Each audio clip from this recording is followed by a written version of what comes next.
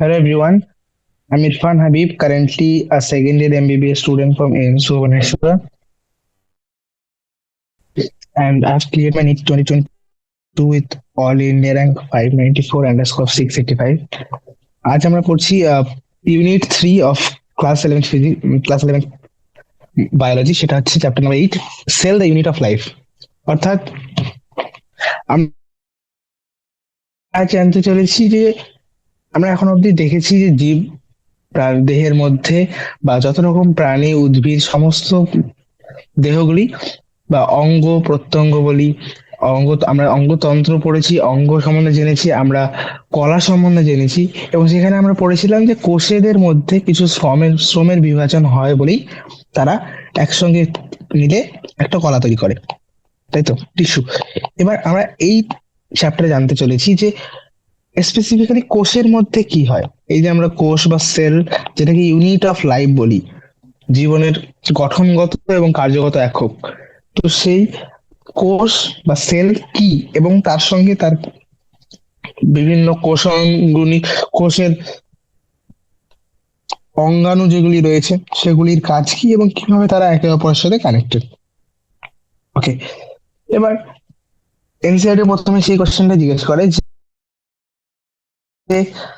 What makes a thing living. অর্থাৎ আমি যখন আমার আশেপাশে কোনো একটা বস্তুকে দেখি, যে কোনো বস্তু, সেটা জীবিত নাকি জড় পদার্থ, কিভাবে আমরা পার্থক্য করি, তাই তো। এবার আমার কাছে পাশে একটা টেবিল আছে, বা আর আরেকটা আমার কাছে এখানে একটা গাছ আছে, এটাও মুভ করছে না, এটাও মুভ করছে না, রাইট। এবার কোন বেসিসে আমি বলবো যে এইটা জীবিত, সরি, কোন বেসিসে আমি বলছি যে এইটা জীবিত আর এটা জড়। সেটা আমরা যদি বলি হ্যাঁ এটা জড় পদার্থ, এটা জীবিত পদার্থ, এর মধ্যে প্রাণ আছে, সেটা আমরা বলি তো যে লাইফ আছে, প্রাণ আছে, তো প্রাণ কথাটা কোত্থেকে আসে? সেখানেই আসে অ্যান্সারটা, যে একটা বেসিক ইউনিট অফ লাইফ বা একটা গঠনগত এবং কার্যগত একক জীবনের, সেটা হচ্ছে কোষ।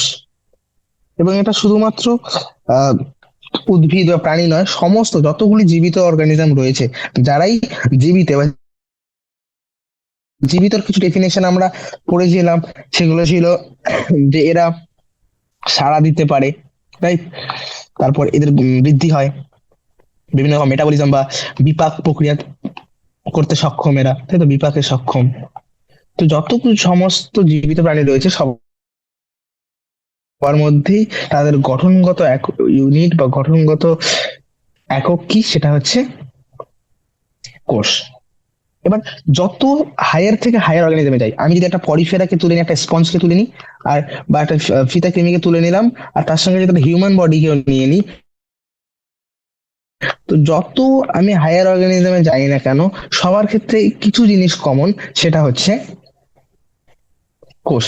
যে একটা ফিতাকৃমিও কোষের সমন্বয়ে গঠিত, একটা পরিফেরা কোষের সমন্বয়ে গঠিত, একটা মানুষের দেহ, মানব দেহ বা একটা অনেক হাইয়ার থেকে হাইয়ার প্লান্ট 100 ফিট লম্বা একটা গাছের উদ্ভিদ যদি তুলে নিই, সেটাও কিন্তু কোষ দিয়ে তৈরি। এবার ভ্যারি করে যে কিছু অর্গানিজম রয়েছে বা কিছু জীব রয়েছে যেগুলি একটি মাত্র কোষ দিয়ে গঠিত, তাই তো। অর্থাৎ তাদের শরীরের মধ্যে শুধুমাত্র একটি কোষ উপস্থিত, একটাই কোষ রয়েছে, যে কোষটি সমস্ত রকম কাজ করতে সক্ষম। তাহলে তাকে আমি বলি ইউনিসেলুলার বা এককোষী জীব। এবং বাকি, সরি, বেশিরভাগ জীবের ক্ষেত্রে দেখা যায় যে একের বেশি কোষ রয়েছে, এবং তাদের মাধ্যমে শ্রমের বিভাজন দেখা যায়। যে কিছু কোষ মিলে হয়তো কোনো একটা স্পেসিফিক কাজ করছে, নির্দিষ্ট একটা কিছু কাজ করছে, অন্য কোষেরা মিলে আর একটা কিছু, কেউ বিপাকে সাহায্য করছে, কেউ বৃদ্ধিতে, কেউ নিয়ন্ত্রণ করছে। তো এই যে শ্রমের বিভাজন হয়ে যায় কোষের মধ্যে, তো যখন একটা জীবের মধ্যে একের বেশি কোষের সমন্বয় যখন সেটি গঠিত হয়, তখন সেটাকে আমরা বলি মাল্টি সেলুলার অর্গানিজম বা বহুকোষী বহুকোষী জীব। এখান থেকে এককোষী আর বহুকোষীর মধ্যে পার্থক্য বুঝে গেছি। এবার হোয়াট ইজ আ সেল? এখনো পর্যন্ত আমরা কোষ বললাম, হ্যাঁ কোষের উপস্থিতিতে কোনো একটা প্রাণী জীবিত হয়ে জড়ত থেকে আলাদা হয়। এবার কোষ কি স্পেসিফিক, যদি কেউ জিজ্ঞেস করে যে কোষ কি, তাহলে আমার অ্যান্সার কি হবে, যে কোষ হচ্ছে কোষ কি, যদি আমি একটা এককোষী জীবকে তুলে নিই, যদি একটা এককোষী জীবকে তুলে নিই, তো এককোষী জীব মানে এর শরীরে আর কোন রকম কোষ নেই, একটাই মাত্র কোষ রয়েছে। তাহলে কোষের যত রকম কাজ বা যত কিছু কোষ করতে সক্ষম সেটা আমরা একটা এককোষী জীবের মধ্যে দেখতে পারি। এবার দেখা যায় যে এককোষী জীবরা স্বাধীন অস্তিত্ব বজায় রাখতে পারে নিজেদের, তাই তো?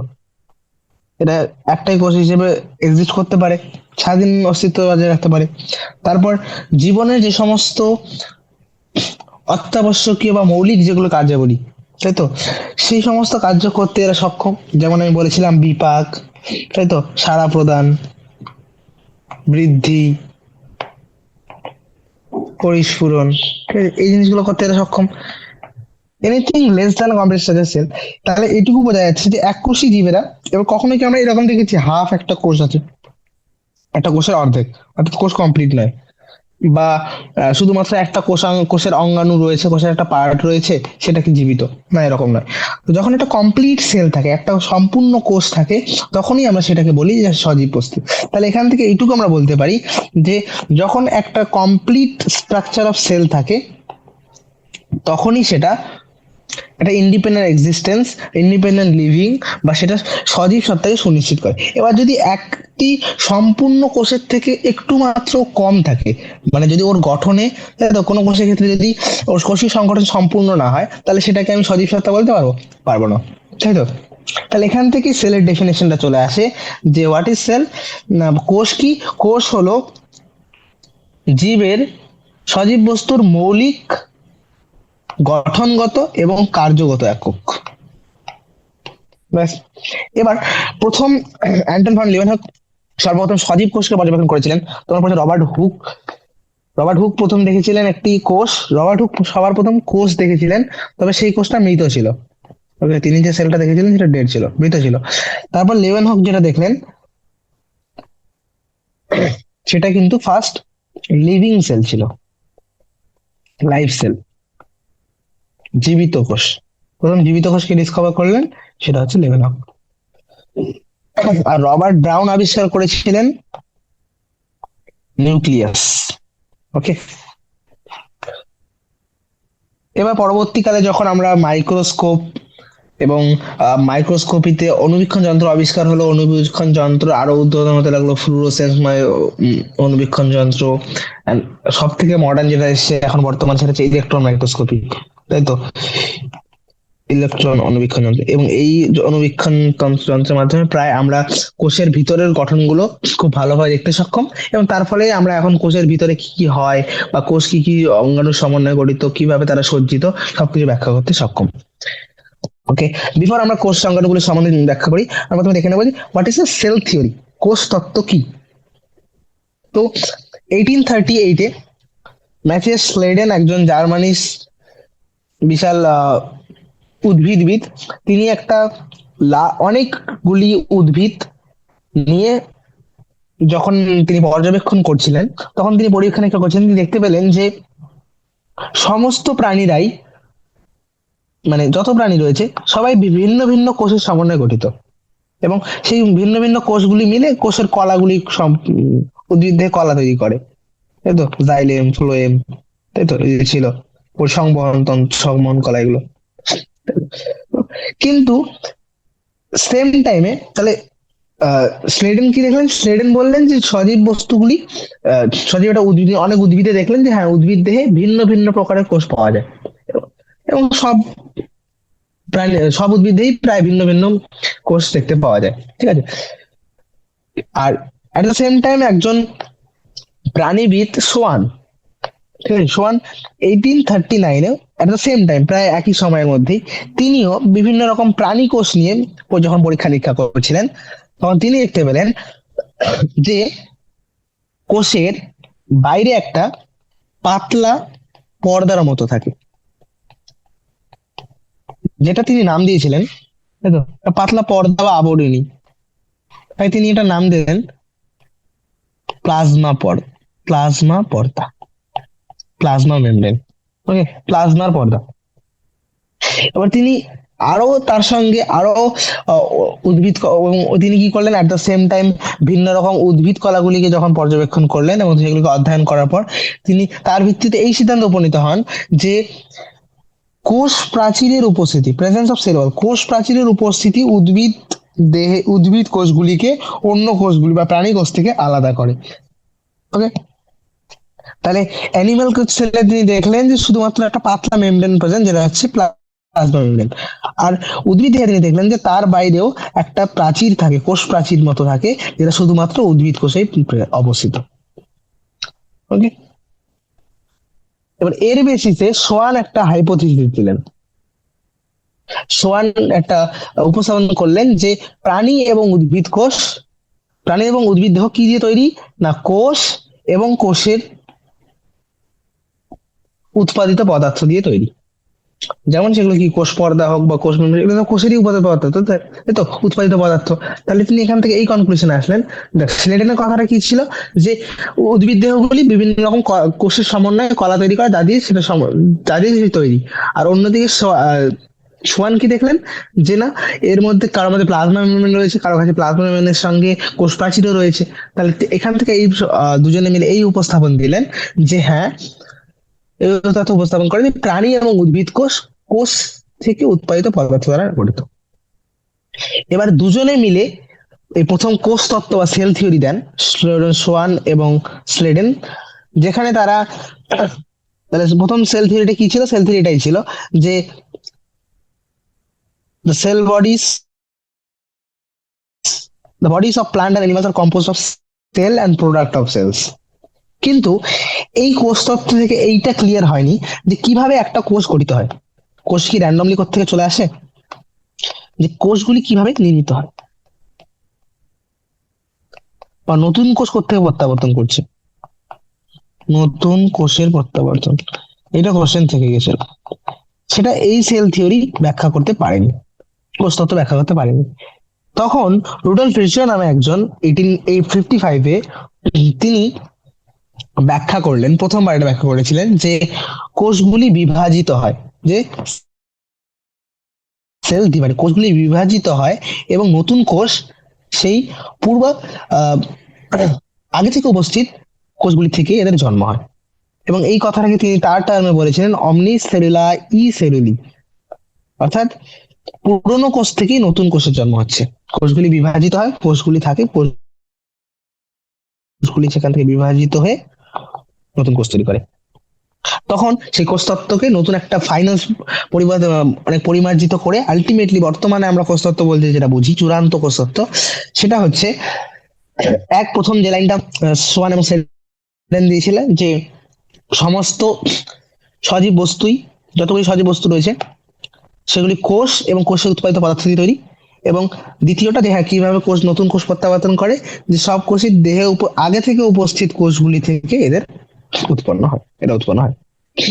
এবার আসছি ওভারভিউ অফ আ সেল। কোন একটা কোষের আমরা জাস্ট একবার নিরীক্ষণ করতে চাইছি, ঠিক আছে, তারপর ডিটেল স্টাডি আমরা পরের দিকে করব। তো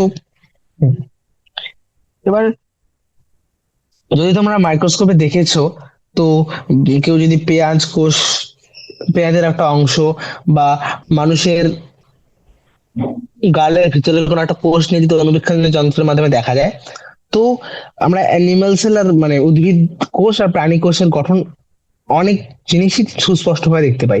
ঠিক আছে, যেখানে আমরা দেখতে পাই যে পেঁয়াজ কোষ বা অনিয়ন পিল সেলটা যেটা রয়েছে, সেটাও যদি ভালো করে দেখা যায়, সেটা একটা আদর্শ উদ্ভিদ কোষ। এবং উদ্ভিদ কোষ হলে আমরা জানি উদ্ভিদ কোষের মেইন ফিচার হচ্ছে ওর মধ্যে কোষ পর্দা উপস্থিত থাকবেই, তাই তো। তো দেখা যায় যে অনিয়ন সেল বা যে উদ্ভিদ কোষটি রয়েছে, সেই উদ্ভিদ কোষে একটা ডিস্টিংক্ট সেল ওয়াল, একটা কোষ প্রাচীর, সুস্পষ্ট কোষ প্রাচীর দেখা যায় একদম আউটার বাউন্ডারি হিসেবে, বা সীমানা রূপে, বহিঃসীমানা রূপে তোমরা বলতে পারো। আর ঠিক সেই কোষ প্রাচীরের ভিতরের দিকেই থাকে সেল মেমব্রেন, বা যেটাকে আমরা বলি প্লাজমা পর্দা বা কোষ পর্দা। আর একদম ভিতরের দিকে দেখা যায় একটা ডেন্স মেমব্রেন বা অর্গানিজম, একটা খুবই একদম ভিতরে যদি ভালো করে লক্ষ্য করে দেখো, তো সেখানে দেখা যায় তো একদম পর্দাবৃত এবং ঘন সন্নিবিষ্ট, ঠিক আছে, খুবই ঘনত্বযুক্ত একটা অংশ, যেটাকে আমরা বলি নিউক্লিয়াস। এবার এই নিউক্লিয়াসের মধ্যে কি থাকে, নিউক্লিয়াসের মধ্যে থাকে ক্রোমোজোম, যেগুলির মধ্যে জেনেটিক ম্যাটেরিয়াল, অর্থাৎ বংশগত বস্তু, যেটা আমাদের শরীরে কি সেটা ডিএনএ, তো সেই ডিএনএ কে ধারণ করে কে? এই কোষের মধ্যে উপস্থিত ক্রোমোজোম গুলি। এবার যে সমস্ত কোষের কাছে একটা পর্দাবৃত নিউক্লিয়াস রয়েছে তাদেরকে বলা হয় ইউক্যারিওট, তাদেরকে বলা হয় ইউক্যারিওটিক কোষ। আর যাদের কাছে এরকম কোনো পর্দা যুক্ত নিউক্লিয়াস নেই তাদেরকে বলা হয় প্রোক্যারিওটস। তাহলে প্রোক্যারিওটিক কোষ আর ইউক্যারিওটিক কোষের প্রথম পার্থক্য আমরা এখান থেকে পেয়ে গেলাম, সেটা হচ্ছে মেমব্রেন বাউন্ড নিউক্লিয়াস, পর্দাবৃত নিউক্লিয়াস। কিন্তু দুটির মধ্যে কিছু সিমিলারিটিও রয়েছে, কিছু সাদৃশ্য পাওয়া যায়। যেমন প্রোক্যারিওটিক হোক বা ইউক্যারিওটিক, এদের মধ্যে একটা সেমি ফ্লুইড ম্যাট্রিক্স থাকে। তাহলে নিউক্লিয়াস হয়ে গেল একদম ঘনত্বযুক্ত অংশটা, বাকি একটা সেমি ফ্লুইড অংশ এরকম পাওয়া যায়, সেমি ফ্লুইড মানে অর্ধ তরল দশা, যেটাকে আমরা বলি সাইটোপ্লাজম। এবং এই সাইটোপ্লাজমই কোষের বেশিরভাগ অংশ জুড়ে থাকে, সমগ্র স্থান জুড়েই থাকে। এবার ভালো করে যদি দেখি, তুমি দেখতে পাবে যে উদ্ভিদ বা প্লান্ট, উদ্ভিদ হোক বা প্রাণী কোষ হোক, সবার মধ্যেই প্রায় যত রকম কোষীয় কার্যকলাপগুলি হয় তাদের প্রধান ক্ষেত্র হচ্ছে এই সাইটোপ্লাজম। এবার কোন একটা কোষকে জীবিত রাখতে হলে, লিভিং স্টেট যেটাকে বলে, যে হ্যাঁ কোন একটা কোষ বেঁচে আছে, হয়তো কোন একটা কোষকে সজীব অবস্থায় রাখার জন্য বিভিন্ন রাসায়নিক ক্রিয়া করতে হয়। আমরা জানি সেগুলি কোথায় করতে হয়? সাইটোপ্লাজমের মধ্যে। সাইটোপ্লাজমটা হচ্ছে একটা অর্ধতরল দশা। তাহলে কোষের মধ্যে বিভিন্ন যে বিক্রিয়াগুলো, রাসায়নিক বিক্রিয়া যেগুলি হচ্ছে, যার কারণে কোষটি সজীব অবস্থা থাকে, সেই সমস্ত কার্যকলাপগুলি কোথায় হয়? সাইটোপ্লাজমে। এবং এটা ইউক্যারিওটিক হোক বা প্রোক্যারিওটিক হোক, এটা প্লান্ট হোক বা উদ্ভিদ হোক বা প্রাণী হোক, সবার ক্ষেত্রেই এটা সেম। ওকে, এবার আরেকটা জিনিস ইউক্যারিওটের প্রকারের মধ্যে আলাদা রয়েছে। এক ছিল যে পর্দাবৃত্ত নিউক্লিয়াস। এবার নিউক্লিয়াসের সঙ্গে সঙ্গে ইউক্যারিওটিক কোষে পর্দাবৃত কিছু সুস্পষ্ট গঠন দেখা যায়, পর্দা দিয়ে আবৃত। সেগুলি কি? সেগুলোকে আমরা বলি কোষ অঙ্গাণু, কোষীয় অঙ্গাণু। যেমন endoplasmic reticulum, Golgi complex, Golgi বস্তু, লাইসোজোম, মাইটোকন্ড্রিয়া, মাইক্রোবডি এবং কোষ গহ্বর, ভ্যাকুওল গহ্বর। ওকে, কিন্তু প্রোক্যারিওট কোষের ক্ষেত্রে এরকম কোন রকম পর্দাবৃত অঙ্গাণু, কোষীয় অঙ্গাণু পাওয়া যায় না। এটা হয়ে গেল একটা পার্থক্য। নেক্সট, রাইবোজোম নামে একটি এমন অঙ্গাণু রয়েছে যার ক্ষেত্রে কোন রকম যার কোনো পর্দা নেই। তাহলে এটা একটা পর্দাবিহীন কোষ অঙ্গাণু। এবং এটা তুমি ইউক্যারিওটিক নাও বা প্রোক্যারিওট, ইউক্যারিওট হোক বা প্রোক্যারিওট, সবার ক্ষেত্রে রাইবোজোম হচ্ছে একটি পর্দাবিহীন অঙ্গাণু। তাহলে কোষের মধ্যে আমরা রাইবোজোমকে শুধুমাত্র সাইটোপ্লাজমেই নয়, সাইটোপ্লাজমের সঙ্গে সঙ্গে আরো কিছু অঙ্গাণু রয়েছে, যেমন এন্ডোপ্লাজমিক রেটিকুলামের, যেটা মোস্ট রাফ এন্ডোপ্লাজমিক রেটিকুলাম, তাই তো, অমসৃণ এন্ডোপ্লাজমিক রেটিকুলাম এবং মাইটোকন্ড্রিয়া, এই দুটোর ক্ষেত্রেই, এবং ইন কেসেস অফ প্লান্ট, উদ্ভিদ দেহের ক্ষেত্রে ক্লোরোপ্লাস্টের মধ্যেও আমরা কিন্তু রাইবোজোম পাই। রাইবোজোম কি? রাইবোজোম একটা কোষীয় অঙ্গাণু। রাইবোজোমের কাজ কি, রাইবোজোম গঠন আমরা পরবর্তীতে পড়বো। তো এইটুকু জেনে রাখো যে রাইবোজোমের রাইবোজোম হচ্ছে এমন একটা কোষাঙ্গাণু যার কোনো রকম পর্দা নেই, পর্দাবিহীন একটা কোষাঙ্গাণু। এবং যেহেতু পর্দাবিহীন কোষাঙ্গাণু, তাহলে এটা প্রোক্যারিওটে পাবো, ইউক্যারিওটেও পাবো। কিন্তু পর্দাযুক্ত কোষাঙ্গাণুগুলি একদম শুধুমাত্র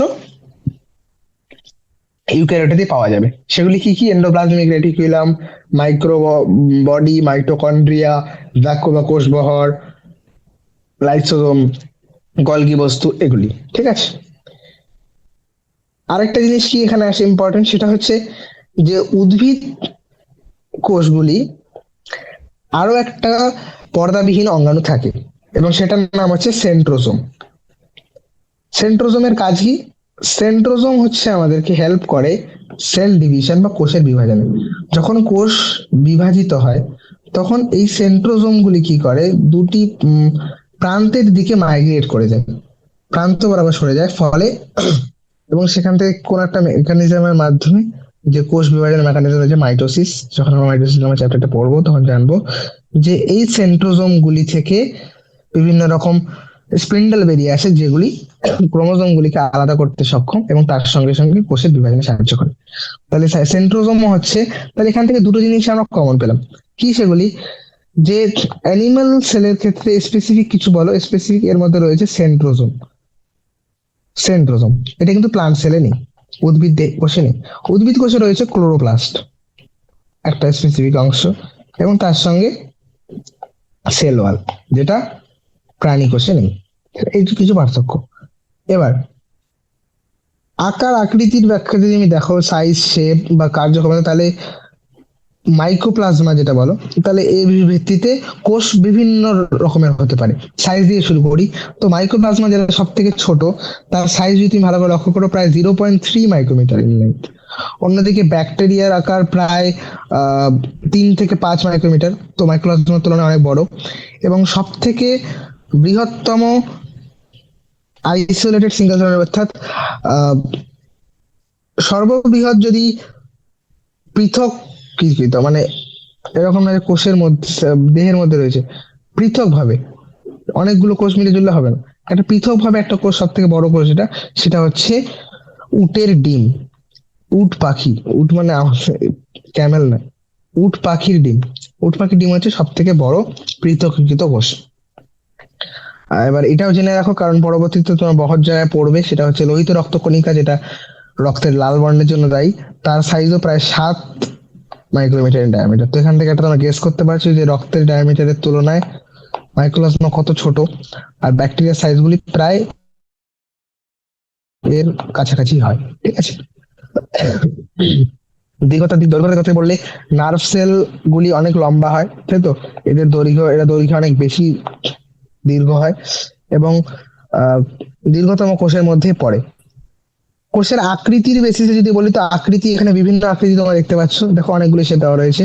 সেগুলি দেখো, এখানে রয়েছে গোল এবং দ্বি অবতল কোষ। দ্বি অবতল মানে দুদিকেই অবতল, ভালো করে লক্ষ্য করো, এরকম এদিকেও অবতল, এদিকেও অবতল, এবং উপর থেকে দিলে রাউন্ড। রাউন্ড এবং অবতল, গোল এবং দ্বি অবতল আকৃতি, বা অনেক সময় অ্যামিবা আকৃতির। তারপর লম্বা এবং সরু আকৃতি দেখতে পাচ্ছি, কলামনার এপিথেলিয়াল সেল যেগুলি। এখানে দেখতে পাচ্ছি নার্ভ সেল বা স্নায়ু কোষ, যেটা শাখা প্রশাখা যুক্ত এবং অনেক লম্বা। ট্রাকিড, লম্বাটে গঠনের। ট্রাকিড এটা একটা সংবহন করা উদ্ভিদের সংবহন করার অন্তর্ভুক্ত একটা কোষ। ঠিক আছে। মেসোফিল সেল, এটা কিরকম, গোল ডিম্বাকৃতি। Okay, তো এখান থেকে মেসোফিল সেলের মধ্যে ক্লোরোপ্লাস্ট থাকে, যেগুলি ফটোসিনথেসিস বা সালোক সংশ্লেষে সাহায্য করে। তাহলে এখান থেকে বিভিন্ন আকার আমরা দেখতে পেলাম। কি কি আকার দেখলাম? আমরা আকার দেখলাম ডিস্ক লাইক, পলিগোনাল, তাহলে চাকতির মতো, বা ঘনক আকৃতি হোক, বহুভুজাকৃতি, ঘনক আকৃতির, তাই তো, স্তম্ভ আকৃতির, থ্রেডের মতো, সুতার মতো, সূত্রের ন্যায়।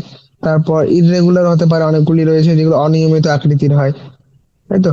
তো কাজের উপর ভিত্তি করে এদের অনেক অনেক আকার হয়। যেমন স্নায়ু কলাটার গঠনটা এরকম কেন, যে না, স্নায়ু কলা এরকম হয় বলে অনেক ব্রাঞ্চেস, তাই এরা অনেক বেশি সাইন্যাপস করতে সক্ষম, অন্য কোষের সঙ্গে সংগঠন, কানেকশন করতে সক্ষম হবে। এবার আরবিসি গঠন এরকম কেন, লোহিত রক্তকণিকা এরকম কেন? লোহিত রক্তকণিকা এরকম গঠন এই জন্যই যে এদেরকে অনেক ন্যারো ক্যাপিলারি দিয়ে পাস করতে হয়, তাই তো।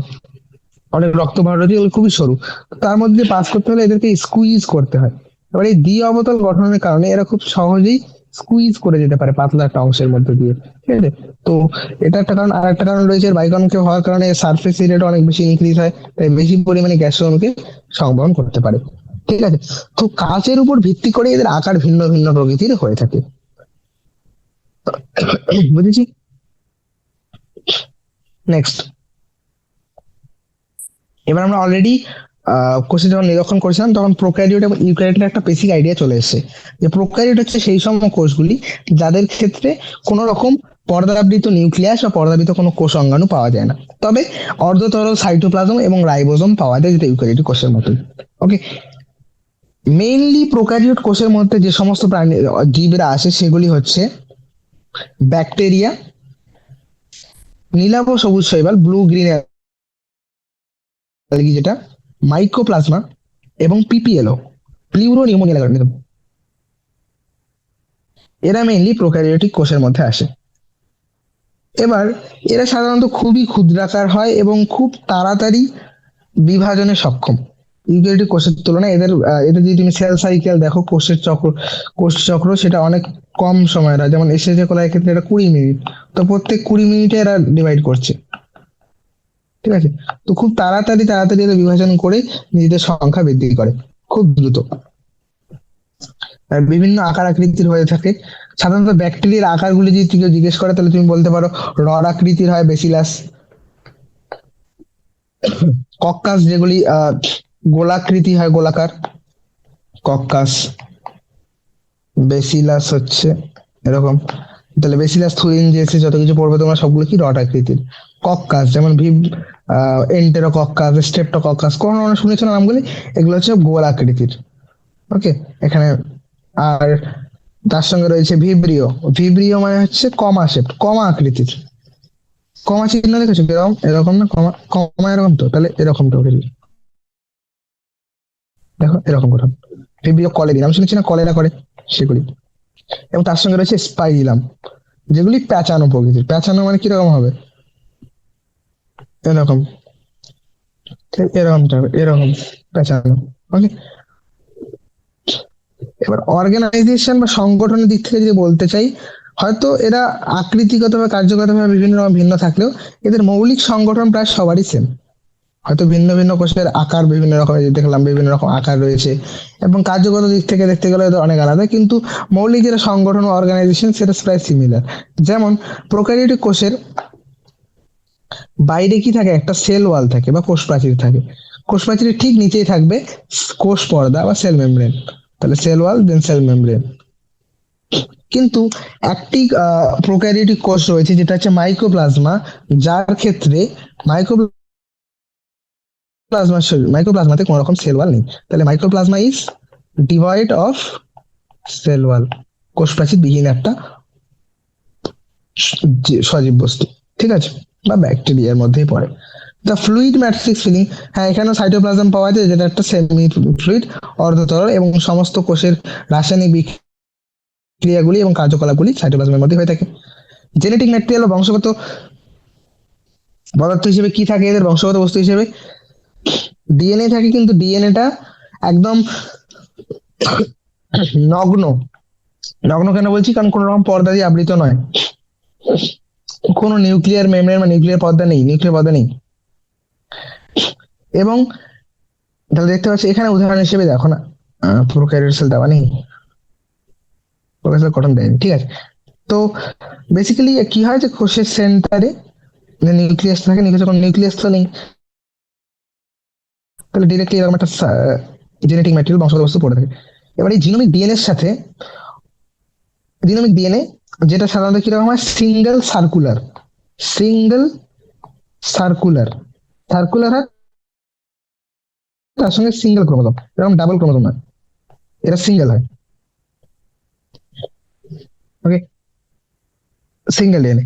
এবার অনেক সময় কি হয়, জিনোমিক ডিএনএ ছাড়াও কিছু কিছু ছোট ছোট এক্সট্রা জিনোমিক, মানে আউটসাইড দ্য জিনোমিক ডিএনএ ছাড়াও কিছু ক্ষুদ্র ক্ষুদ্র চক্রাকার ডিএনএ থাকে। সেই ক্ষুদ্র ক্ষুদ্র চক্রাকার ডিএনএ গুলোকে আমরা বলি প্লাজমিড। এবার এই প্লাজমিড ডিএনএ এর কাজ কি? প্লাজমিড ডিএনএ হচ্ছে ব্যাকটেরিয়ার শরীরের মধ্যে ভিন্ন রকমের স্বতন্ত্র বহিঃলক্ষণ প্রকাশ করে। যেমন হচ্ছে একটা উদাহরণ হিসেবে নাও, অ্যান্টিবায়োটিক প্রতিরোধ ক্ষমতা। অ্যান্টিবায়োটিক রেজিস্ট্যান্স, অ্যান্টিবায়োটিক প্রতিরোধ ক্ষমতা, এই সমস্ত মানে বহিঃলক্ষণের প্রকাশটা কে করে? প্লাজমিড। ইন হায়ার ক্লাসেস তোমরা আরো যখন হায়ার ক্লাসে উঠবে তখন তোমরা দেখবে যে কিভাবে আমরা এই প্লাজমিড গুলোকে ব্যবহার করে থাকি ব্যাকটেরিয়াল ট্রান্সফরমেশনে। হায়ার ক্লাসে দরকার নেই, আই থিঙ্ক যখন ব্যাকটেরিয়াল বায়োটেকনোলজি বাগেরা তুমি তোমরা পড়বে, তখন তোমরা প্লাজমিড সম্বন্ধে জানবে। প্লাজমিড একটা ভেক্টর হিসেবে কাজ করে, পরিবহন হিসেবে। যে মনে করো আমি একটা এক্সট্রা সেলুলার, আমি দুটো এর মধ্যে অবস্থিত কোন একটা জিন, কোন একটা ডিএনএ কে এই প্রাণীটার মধ্যে পৌঁছাতে চাই, তখন আমি কি করব? সেটাকে প্লাজমিডের সঙ্গে বাইন্ড করে দিয়ে এর মধ্যে ইনজেক্ট করে দেবো, প্লাজমিড তাহলে চলে যাবে ব্যাকটেরিয়ার রূপে।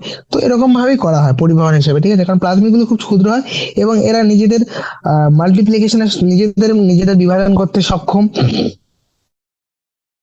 এরা স্বাধীন হয় এবং এরা বিভিন্ন রকম বহিঃলক্ষণ প্রকাশ করতে সক্ষম। একটা উদাহরণ হচ্ছে অ্যান্টিবায়োটিক প্রতিরোধ ক্ষমতা। এবার এদের নিউক্লিয়ার মেমব্রেন নেই, যেমন অ্যাজ ইউজুয়াল বলেছিলাম, এবং অর্গানেলি যেগুলো রয়েছে বা কোষাঙ্গাণু যেগুলো রয়েছে সেগুলোর মধ্যে কোনো রকম কোষ পর্দা পাওয়া যায় না। এবং বেশিরভাগ এদের যে অঙ্গাণুগুলো রয়েছে, তারা বেশিরভাগ যে আমি অঙ্গাণুগুলো পাবো সেগুলো কি ইউক্যারিওটের মতো হবে? অবশ্যই না, কারণ ইউক্যারিওটের ক্ষেত্রে পর্দাযুক্ত কোষাঙ্গাণুগুলি রয়েছে, তাই এদের কোষাঙ্গাণুগুলো আলাদা রকমের হয়। এক্সেপ্ট একটা সিমিলার রয়েছে, সেটা হচ্ছে রাইবোজোম। রাইবোজোম ইউক্যারিওট এবং প্রোক্যারিওটের ক্ষেত্রে দুটোর ক্ষেত্রেই একই রকমের হয়। ওকে। আর অনেক সময় সেল মেমব্রেন বা কোষ পর্দায় কি একটা বিশেষিত বা বিভাজিত গঠন পাওয়া যায়, যেটাকে আমরা বলি মেসোজোম। এবং এই মেসোজোম থাকাটাকেই একটা আমরা প্রোক্যারিওট কোষের চারিত্রিক বৈশিষ্ট্য বলতে পারি। যদি আমি দেখতে পাই যে হ্যাঁ, এই প্রোক্যারিওটিক কোষের মধ্যে এরকম আমি মেসোজোমের ফোল্ড দেখতে পাচ্ছি, তাই তো মেসোজোমের ফোল্ড টাইপের রয়েছে, মানে কোষ পর্দা বিভাজিত বা বিভাজিত হয়ে একটা ফোল্ড তৈরি করেছে, ভাঁজ তৈরি করেছে, সেগুলোকে আমরা মেসোজোম বলি। এবং মেসোজোম গুলি বিভিন্ন রকম।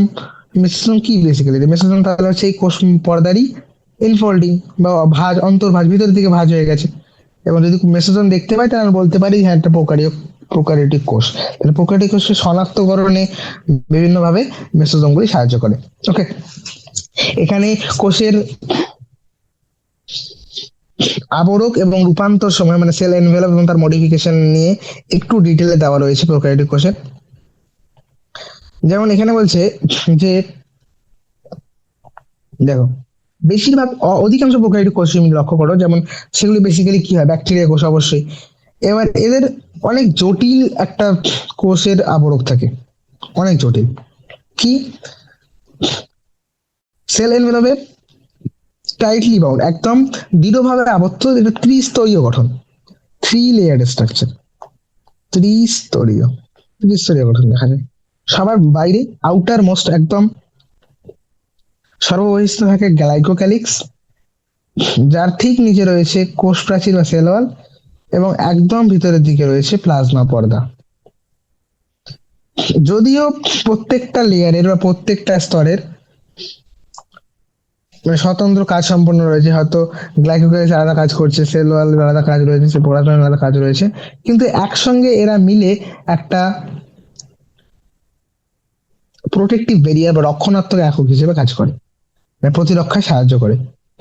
এবার ব্যাকটেরিয়াকে আমরা, এদের এনভেলপের কিছু নেচার রয়েছে, এদের যে কোষ প্রাচীরটা রয়েছে, কোষ প্রাচীরের গঠন এবং কোষ প্রাচীরের রঞ্জনকরণের মানে কোষ প্রাচীরের ভিত্তিতে আমরা সাধারণত দুভাগে ভাগ করে থাকি, একটা গ্রাম নামের রঞ্জক দিয়ে, গ্রাম স্টেন। যারা এই গ্রাম স্টেনের কালারটা দেয় তাদেরকে আমরা বলি গ্রাম পজিটিভ, আর যাদের ক্ষেত্রে এরকম কালার আসেন তাদেরকে গ্রাম স্টেনের কালার আসে না, সেটাকে আমরা বলি গ্রাম নেগেটিভ। হায়ার ক্লাসে তোমরা এর স্টেনিং মেথড গুলো পড়বে কিভাবে, এবং কারণও রয়েছে যে গ্রাম নেগেটিভদের সেল ওয়ালটা অত বেশি ঠিক হয় না, খুব পাতলা হয়। গ্রাম পজিটিভের সেল ওয়ালটা অনেক বেশি পুরু হয়, অনেক বেশি পুরু হওয়ার কারণে গ্রাম স্টেন গুলো এখানে গিয়ে আটকে যায়, ঠিক আছে, বেরোতে পারে না।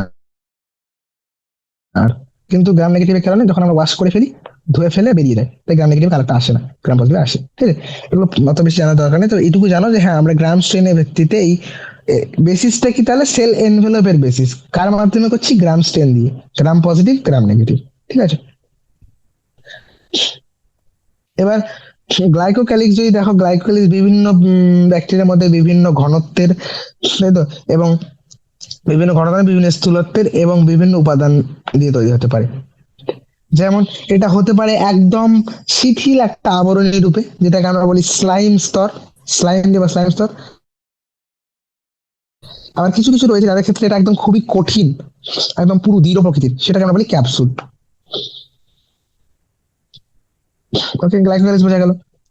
কোষ প্রাচীরের আমরা অলরেডি জানি, কোষ প্রাচীরের মেইন কাজই হচ্ছে, কোষ প্রাচীরের কাজ হচ্ছে এর আকৃতিকে নির্ধারণ করা।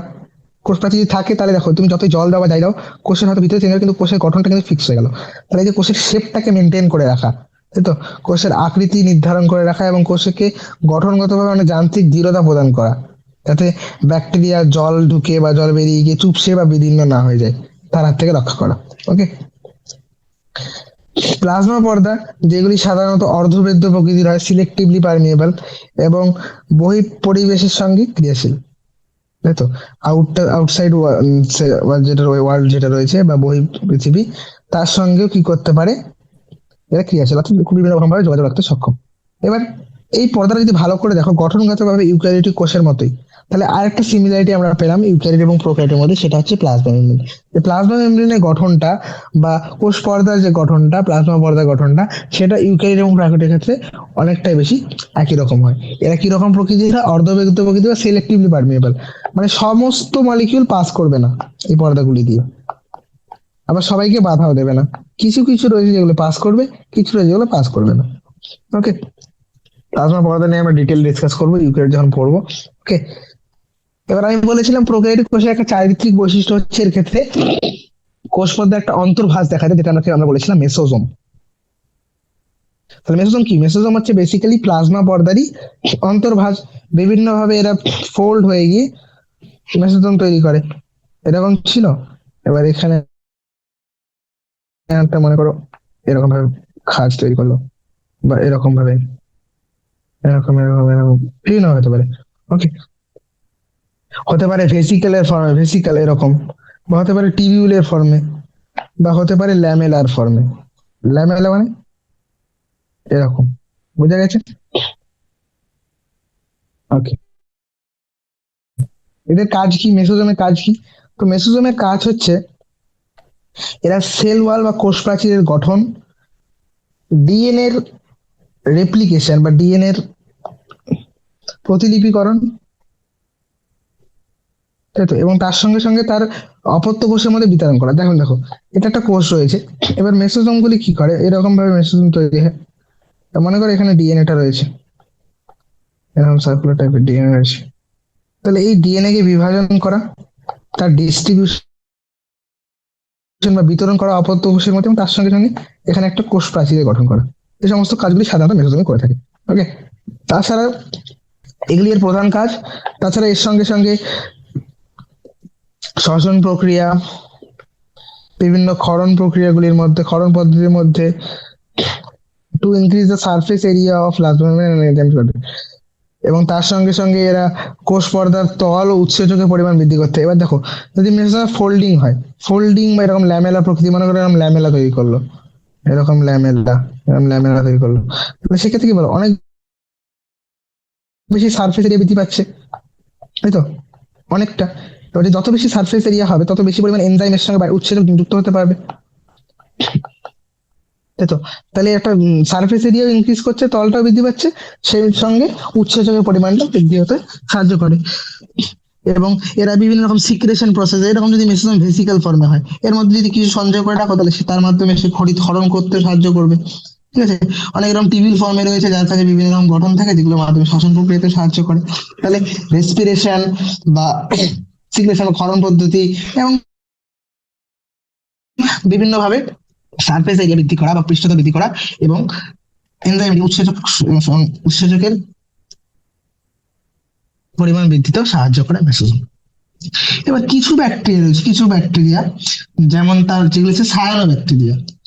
সায়ানো ব্যাকটেরিয়ার ক্ষেত্রে আরেকটা স্পেশাল টাইপের মেমেনাস, আরেকটা কোষ পর্দার উপবৃদ্ধি দেখা যায়, এবং যার মধ্যে, যেগুলোকে আমরা বলি ক্রোমাটোফোর। এবার ক্রোমাটোফোর কেন বলি? কারণ এদের মধ্যে ক্রোমাট থাকে। ক্রোমাটো মানে হচ্ছে যখন কালার আসে, তো এদের মধ্যে আসলে পিগমেন্ট থাকে, বিকজ এদের মধ্যে কি হয়, এরকম হয়, এবং তার সঙ্গে এদের মধ্যে পিগমেন্ট থাকে সবুজ রঙের, যেরকম যে রঙেরই হোক, সাধারণত সবুজ রঙেরই হয়। তো সবুজ রঙের রঞ্জক পদার্থ থাকে, এবার রঞ্জক পদার্থ থাকলে এটা কালার ছাড়বে, রং রং রং দেখা যাবে, তাই সেখান থেকে কথাটা এসছে ক্রোমাটোফোর, এটাকে বলা হয় ক্রোমাটোফোর। নেক্সট, ব্যাকটেরিয়া, অনেক ব্যাকটেরিয়া রয়েছে যেগুলি এক জায়গা থেকে অন্য জায়গায় চলাচল করতে পারে, আবার অনেকে করতে পারে না, তারা সচল রয়েছে, আবার অনেক নিশ্চল ব্যাকটেরিয়া রয়েছে। এবার যে সমস্ত ব্যাকটেরিয়াগুলি চলনে সক্ষম, তো তাদের কোষ প্রাচীর থেকে অনেক সূক্ষ্ম তন্তুময় অংশ বেরিয়ে যায়, এরকম তন্তুময়, এবং এদেরকে বলা হয় ফ্লাজেলা। ফ্লাজেলাই মেনলি এর চলনের জন্য দায়ী। ব্যাকটেরিয়া অনেক রকম হতে পারে, কোনো ব্যাকটেরিয়া একটা ফ্লাজেলা রয়েছে, কারো দুটো, বা কারো গোটা শরীরেই ফ্লাজেলা যুক্ত, এবার প্যাটার্নও হতে পারে, কারো রয়েছে হয়তো দুটো ফ্লাজেল এক জায়গাতে রয়েছে, কারো রয়েছে একটা ফ্লাজেল এদিকে একটা এদিকে, কারো হয়তো 90 ডিগ্রি, একটা ফ্লাজেল একটা ফ্লাজেল এইদিকে। তো এদের অ্যারেঞ্জমেন্ট, তাই তো, ফ্লাজেলার সজ্জন এবং সজ্জা প্রকৃতি এবং এদের সংখ্যা, এটা অনেকভাবে ভ্যারি করতে পারে। ঠিক আছে? আলাদা আলাদা ব্যাকটেরিয়া আলাদা আলাদা রকম হতে পারে। ফ্লাজেলার তিনটি অংশ রয়েছে মেইনলি, সেগুলো হচ্ছে ফিলামেন্ট, হুক এবং বেসাল বডি। এটা বেসাল বডি, সেখান থেকে একটা হুক টাইপের থাকে এবং সেখান থেকে ফিলামেন্ট বেরিয়ে যায়। ফিলামেন্ট, হুক, বেসাল বডি, তিনটে পার্ট হচ্ছে ফ্লাজেলার পার্ট। ফিলামেন্ট হচ্ছে সর্ব থেকে দীর্ঘতম অংশ, যেটা কোষতল থেকে বাইরের দিকে বেরোয়, এটা হচ্ছে ফিলামেন্ট। যেটার মধ্যে জুড়ে থাকে সেটা হচ্ছে হুক, আর যেটা একদম কোষ প্রাচীরের মধ্যে এর মুভমেন্ট হেল্প করছে সেই পার্টটা হচ্ছে বেসাল বডি। বেসাল বডি গঠনটা অনেকটা কার্ট হুইলের মতো, এগুলো আমরা পরে পড়বো সেন্ট্রালের কাছে, ঠিক আছে? এবার ফ্লাজেলার সঙ্গে সঙ্গে আরো কিছু ক্ষুদ্র ক্ষুদ্র আহ, মানে অনেকগুলো দেখা যায় কোষতল থেকে বেরিয়ে যায়, সেরকম হচ্ছে পিলি এবং ফিমব্রি। এবার কি এরা? পিলি হলো এক ধরনের লম্বাটে নলাকার গঠন। পিলি কি রকম?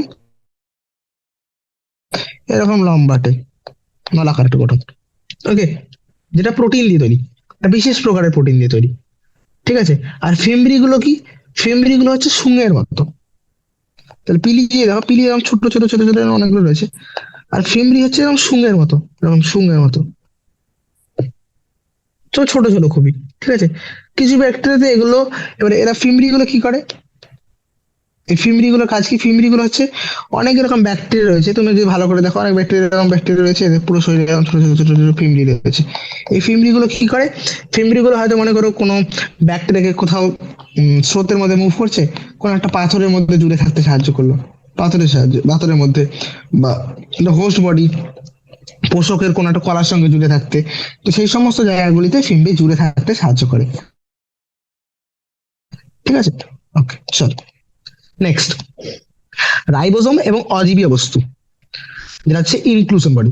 রাইবোজোম আমি বলেছিলাম, রাইবোজোম অ্যাজ ইউজুয়াল ইউক্যারিওটের ক্ষেত্রে, ইউক্যারিওটে যেমন সেরকমই, এদের কোনো পর্দা থাকে না। তো রাইবোজোম হচ্ছে এমন একটা গঠন যার মধ্যে কোনো রকম মেমব্রেনের, তাহলে মেমব্রেন লেস একটা অর্গানেলি এটা। এবং রাইবোজোম গুলি সাধারণত এই প্রোক্যারিওটের ক্ষেত্রে কোথায় থাকে? প্রোক্যারিওটে যেহেতু আমরা জানি কোনো রকম আলাদাভাবে অর্গানেল নেই, যেমন ইউক্যারিওটের ক্ষেত্রে এরা মাইটোকন্ড্রিয়া বা অমসৃণ এন্ডোপ্লাজমিক রেটিকুলাম জুড়ে থাকে, কিন্তু প্রোক্যারিওটের ক্ষেত্রে এরা সাধারণত সেই প্লাজমা পর্দা বা কোষ পর্দার সঙ্গে জুড়ে থাকে, ঠিক আছে?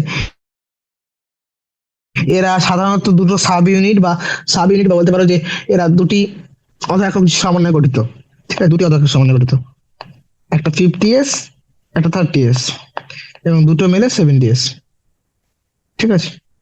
রাইবোজোম আমাদের সাইড অফ, রাইবোজোম হচ্ছে সেই পার্ট বলতে পারো যেখান থেকে হচ্ছে, রাইবোজোম হচ্ছে প্রোটিন সংশ্লেষণ, এখানে প্রোটিন সংশ্লেষ হয়।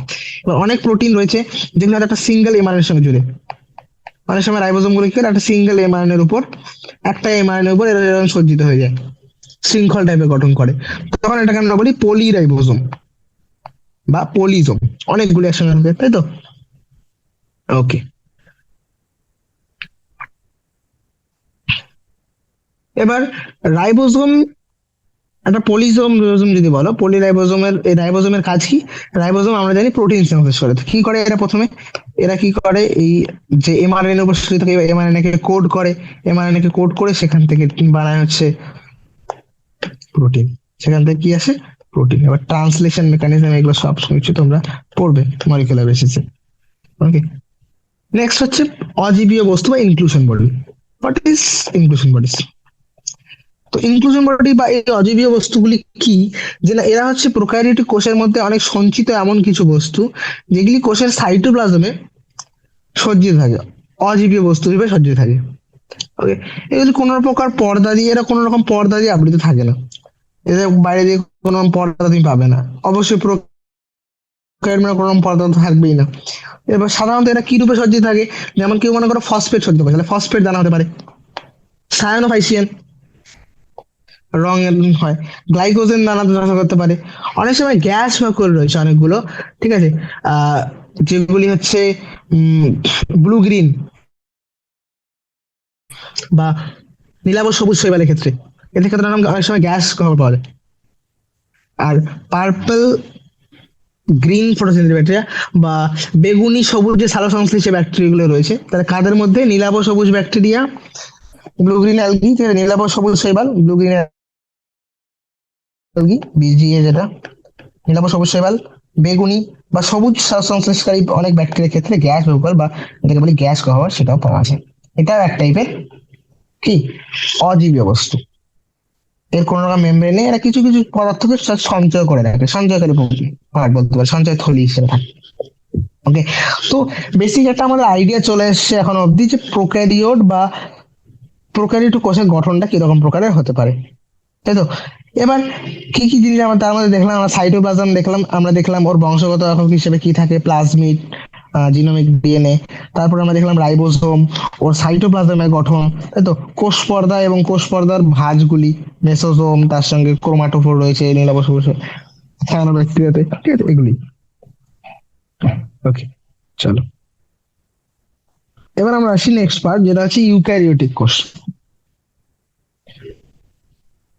এবার ইউক্যারিওটিকদের অন্তর্ভুক্ত সাধারণত যেগুলি থাকে সেগুলো হচ্ছে প্রোটিস্টা, উদ্ভিদ এবং প্রাণী, তাই তো?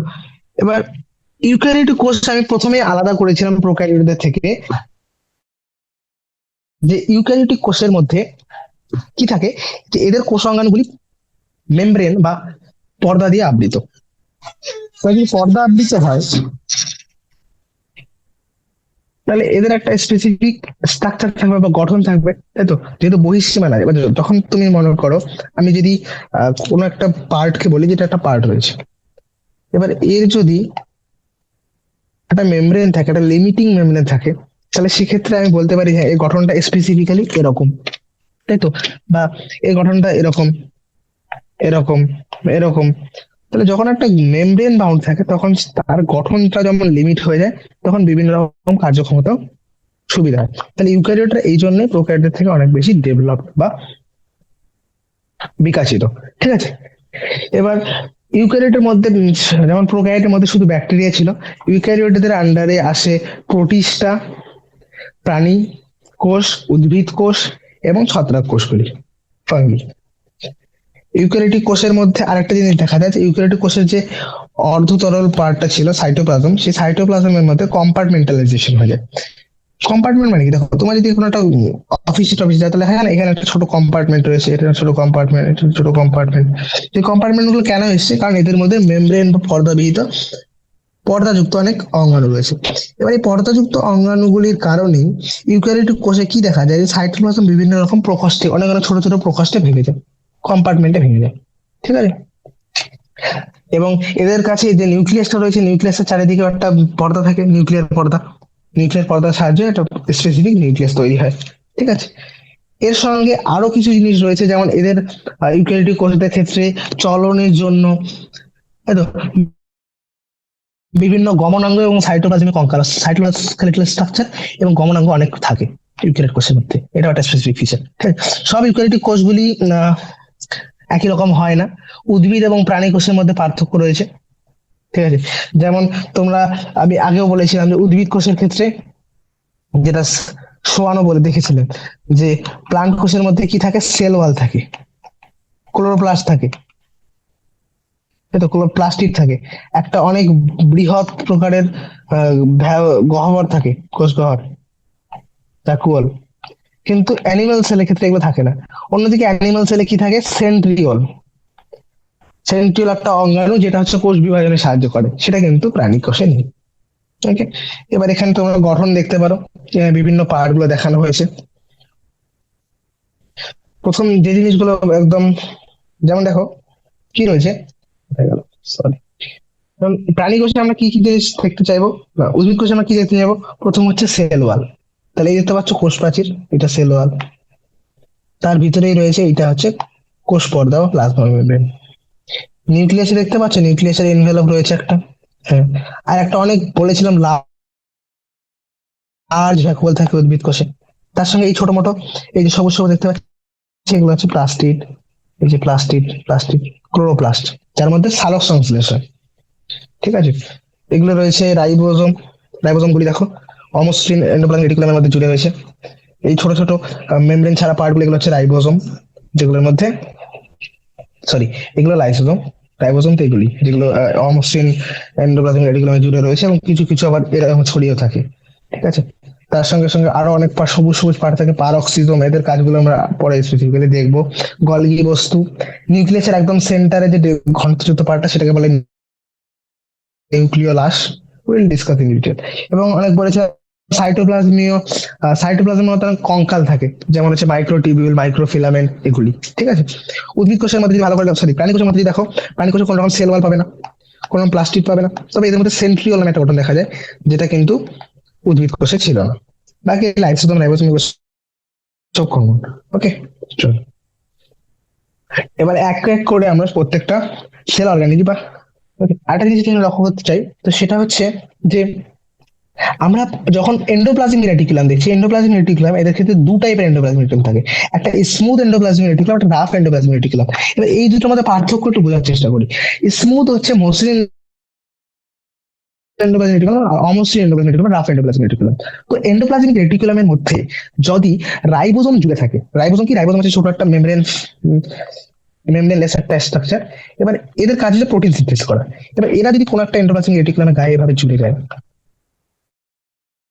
তাহলে সেক্ষেত্রে অবশ্যই তার টাচ করে দেখি তো সেটা রাফ মনে হবে, অমসৃণ মনে হবে, তাই তো? এবার যদি এন্ডোপ্লাজমিক রেটিকুলাম না থাকে এর, তখন সেটা স্মুথ হবে বা মসৃণ। তো যাদের ক্ষেত্রে এটা জুড়ে থাকে সেই সমস্ত এন্ডোপ্লাজমিক রেটিকুলাম গুলোকে আমরা বলছি রাফ এন্ডোপ্লাজমিক রেটিকুলাম। আর যাদের ক্ষেত্রে নেই তাদেরকে আমরা বলেছি, এগুলোকে বলছি আমরা স্মুথ এন্ডোপ্লাজমিক রেটিকুলাম। ক্লিয়ার? আরো কিছু আমরা লক্ষ্য করতে চাই, যেমন নিউক্লিয়ার এনভেলপে লক্ষ্য করি, নিউক্লিয়ার এনভেলপের মধ্যে অনেক ছিদ্র পাওয়া যায়, সেগুলোকে আমরা বলি নিউক্লিয়ার পোর। এদের কাজও আমরা ডিসকাস করবো। আর নিউক্লিয়াসের একদম সেন্টারে সব থেকে ঘনত্বযুক্ত পার্টটা হচ্ছে নিউক্লিওলাস। ওকে, ছোট ছোট পার্টগুলো রাইবোজোম। রাইবোজোম আমি বলছিলাম সাইটোপ্লাজমের মধ্যে ফ্রি থাকে, আর এন্ডোপ্লাজমিক রেটিকুলাম, তার সঙ্গে সঙ্গে মাইটোকন্ড্রিয়ার মধ্যেও রাইবোজোম পাওয়া যায়, এবং প্রাণীদের ক্ষেত্রে প্লাস্টিডের মধ্যেও রাইবোজোম পাওয়া যায়। পারক্সিজম, এগুলো সব কাজ জানবো আমরা।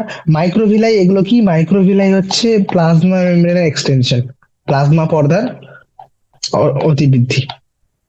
গোলগি বস্তুর কাজ ডিসকাস করব। পারক্সিজম, লাইসোজোম, এগুলো হচ্ছে ছোট ছোট কিছু কোষাঙ্গাণু, একক পর্দা বিশিষ্ট কোষাঙ্গাণু, এবং এদের কাজগুলো আমরা ডিটেল ডিসকাস করবো। ওকে, আরেকটা জিনিস এদের মধ্যে, এবং বলেছিলাম আমি যে প্লাজমা মেমব্রেন যেটা রয়েছে বা কোষ পর্দা, এই কোষ পর্দার গঠনটা কিন্তু ইউক্যারিওটিক হোক বা প্রোক্যারিওটিক, দুটোর ক্ষেত্রেই সিমিলার। এবার কিভাবে?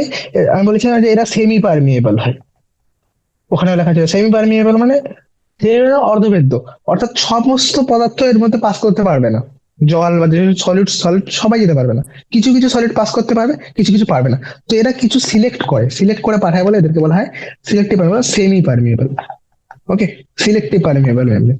এবার কোষ পর্দার গঠন সম্বন্ধে আমরা পরে ডিসকাস করছি। ওকে, নেক্সট ক্লাসে উইল কন্টিনিউ ফ্রম হিয়ার।